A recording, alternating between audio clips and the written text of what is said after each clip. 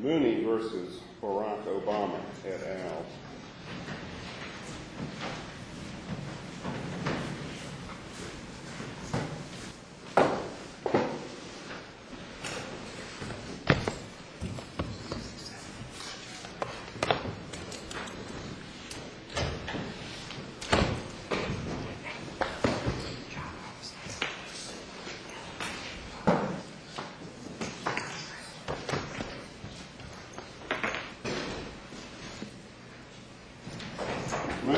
Yes, sir.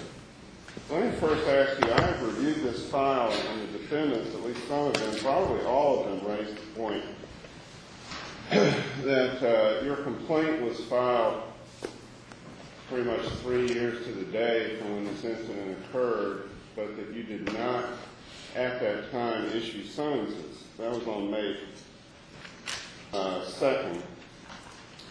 And then on May 18th, filed an amended complaint, and I believe the summonses were issued at that time or shortly thereafter. Their contention is that your action that was filed on May 2nd abated as a matter of law for failure to issue the summonses within 5 days, and that appears to me to be well taken. And do you have any authority contrary to that? Your Honor, there's two things we had to explain here. I came here to town to do the suit and went over to the, what we thought was still because on the internet, the Mecklenburg County Bar's Law Library. It was on the courthouse. It was still on the internet. It was there. It had been remodeled. Went there, couldn't find it all because we wanted to make sure. Hold on. Let me stop you just a moment. Do you contest that no summonses were issued at the time you filed your complaint? No, sir. Okay. But let me explain. There's an explanation. No, in a moment. I'll let you explain. Okay. I got another question. Do you contest that no summonses were issued within 5 days of the filing of the complaint? No, sir. Okay. All right, go ahead. I'll hear you. There's what's called due process of law, and what I've had to do a lot of research on with the county bar and the administrative officers of the courts. There's supposed to be some things that's readily available to the citizen, and it's the due diligence of the attorneys and the bar to see this there as a guardians at the gate. That there was I couldn't find anything to see where I could just look. And this is days ahead of time. To look at what the actual formatting was, or to make sure I was doing it correctly. I've been to the federal courthouse and got a complaint from them that I could see that I was formatting it right, a sample complaint. So I'm down here talking to the clerks. Nobody knew where the law library was, or where they moved to, or what was going on. And then so in the matter of desperation, I cobbled something together without knowing if it was going to be correct or not. During this time, also, I found out that, the law library had been given to the Charlotte Law School. So I walk out in the ghetto, as they call it, the hood. It's not a bus service to it. I have to walk the mile and a half out there in the hot sun back in May. And it's closed because to the public because they're having their exam. I sat there, and so the reason I had to wait to find out what the thing was when they opened up after exam to look at a form and the form books and stuff. The whole time, though, as I'm down here talking to clerks and all, there's a form supposedly that if you have this problem, you can ask for an extension of time of 20 days. Now, if that form had been here and readily available like it's supposed to be, and the administrative officer of the court's website says it's supposed to be, I would have filled out the thing and had the 20-day thing, and then everything would have been in just conformity. But there's another issue that's going on here. We found also, and I bring a copy to the court. No. Well, we found what was almost the exact same thing in federal court under the federal constitution, and that's dependent jurisdiction. And the judge has put a hold on it for 120 days. Well, under what we understand of the law, when it's put a hold on it and it's pendant jurisdiction, it's just like a bankruptcy. Anything that's going on in this courtroom that goes into bankruptcy, it reverts to that. So that's over with. So right now, what we have here seems to be some fraud upon the court, malpractice of law, and all kind of other issues. So we don't know if it looks like some kind of quid pro quo is going on with this judge. We can't find anything where a judge has done what he's doing in this case. And so we're having to sit here and wait. Here it is. I got a copy of his order. After 6 weeks, he finally said, I qualify under disability. This happened immediately down here. So whatever happens today, there's going to be a lot of lawsuits followed. What judge are you talking? There it is. His order is given to Judge Robert Conrad, Jr. All right.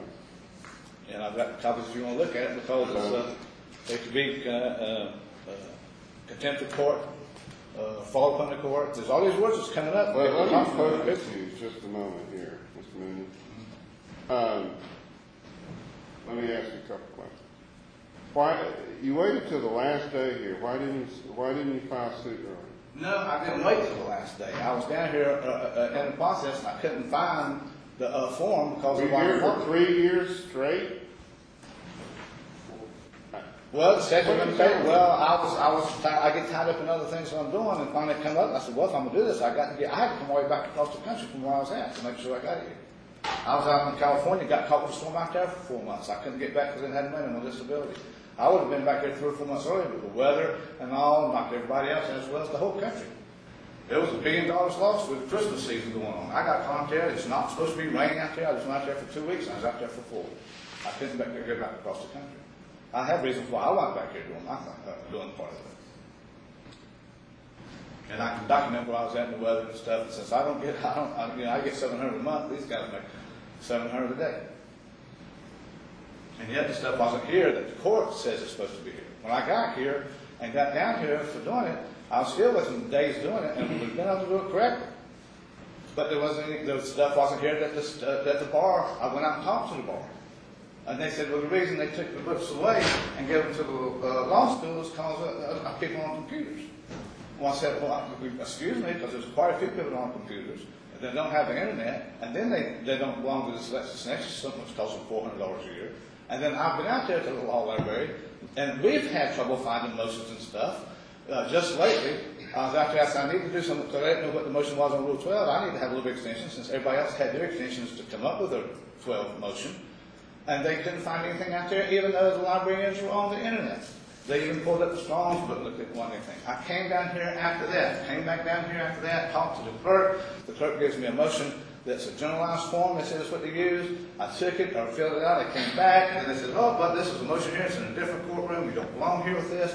Then I have to go down here to the administrative officer of the court down there, and they said, oh, no, yeah, we need this motion.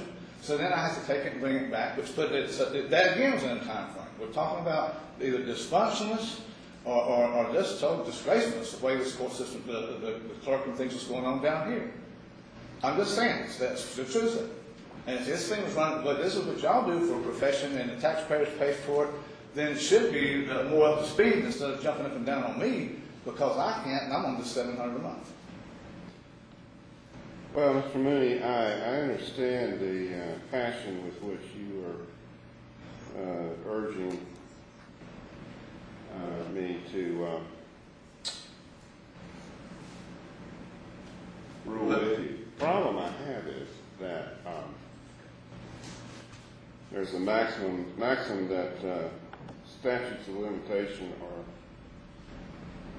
are unyielding, and it appears to me quite clearly that because your action abated upon failure to issue the summonses, and that in effect you refiled on the 18th, you were outside of the period of the statute of limitations for any possible claim that your complaint could be construed to allege against these defendants. Well, due process is quite clear on this, Sean. Mr. Mooney, you will be quiet while I'm speaking, all right? Yes, sir. I've allowed you a great deal of latitude in presenting your case to me, but nonetheless, it is clear to me that as a matter of law, your complaint discloses on its face the insurmountable bar of the statute of limitations as to each and every claim that you could possibly bring against each and every defendant. Bear in mind, I'm not addressing the merits of your claim at all. I don't reach that point because of the bar of the statute of limitations. But the motion, the various motions to dismiss appears to me to be well taken. And I would like, I'm going to direct Mr. Garofalo. I just need one order that applies to all defendants. Mr. Mauney, you'll provide an email address or address where Mr. Garofalo can email or mail to you his proposed order, which he will do either today or tomorrow. Or if you're in town, he will communicate with you in some way. And you'll have an opportunity to comment on the form, not as to the substance of the order. Because I am going to dismiss your case, and I want you to understand why, because of the statute of limitations. Is that clear? Oh, it's quite clear. Okay. Thank you. Mr. Mauney, can you give me your email address? AKA Defendants@yahoo.com. Say that again, Nate. AKA Defendants@yahoo.com. I'd like to go ahead and say y'all can have this. I'll do the judge's name. This is holding up the order. There's a malpractice law going on here. Mr. Mooney, please give Mr. Garofalo your address and some other matters to address. And then you want to follow up with, you can do outside in the hall. Thank you, Your Honor. Thank you, Your Honor.